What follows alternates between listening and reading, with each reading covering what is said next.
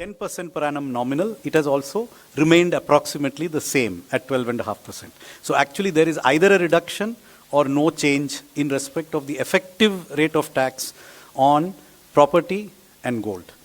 Now, as regards the equity, yes, it has gone up from 10 to 12.5, but you will also find that unlisted equity has gone down from 20 with indexation to 12.5 without indexation. Basically, we have a very, very simple, easy regime. All listed, all unlisted are at 12.5% long term. And all are at 20%, equities are at 20% and everything else is at applicable rate for short term. So yes, short term has gone up, and yes, long term has been rationalized. It has not necessarily gone up. And Sanjay, would you like to add anything? One point I would like to add over here is that we also need to keep in mind as to the kind of people who are actually paying these taxes, the capital gains on the securities, the listed securities especially. And so over there, when we did this analysis for the year 22-23, we found that about 88% of the tax is actually coming from people who have an income of more than 15 lakh. 61% of that income is actually coming from people who have an income of more than 1 crore. That is income on capital gains on this. And we are all aware that otherwise, the standard rate is, about 30%.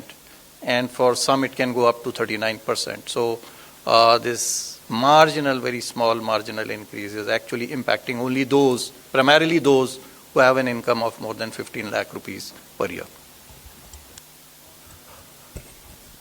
Okay, number 3. On capital gains.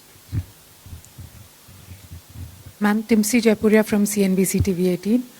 You announced a very lucrative new tax regime with changes in tax slabs.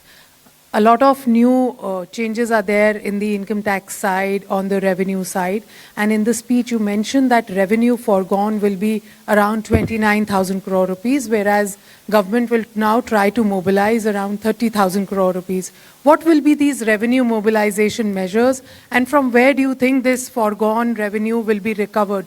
If you can highlight, where are you foregoing the revenue and where are you going to recoup this revenue from? First of all, it is not just because we've mentioned it in this budget, but the attempt to widen the tax net is something which we've been repeatedly saying, that India's tax net will have to be widened, whether it is in the direct taxation or indirect. Second, there are also now the PSU dividends which are improving because their valuations have gone up really high. And their performance is also now substantially increased. So revenue mobilization is not just tax-based, you have non-tax revenue mobilizations which are also coming up. Then we had, for almost now 3 years, been talking about asset monetization, which is not selling of assets, but optimum utilization of those assets which are lying in the form of unutilized stadiums or land which is available with PSUs which can be utilized for better purposes. That's a third one. Fourth, you're also looking at generating resources from newer areas.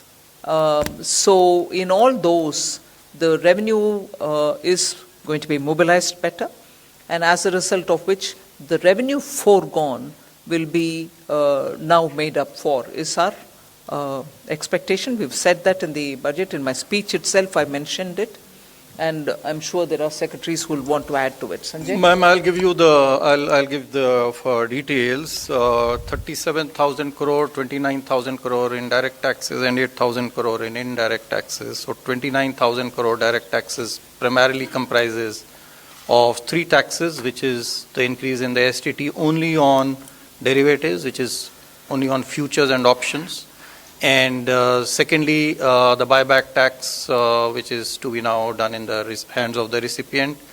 While on the one hand it will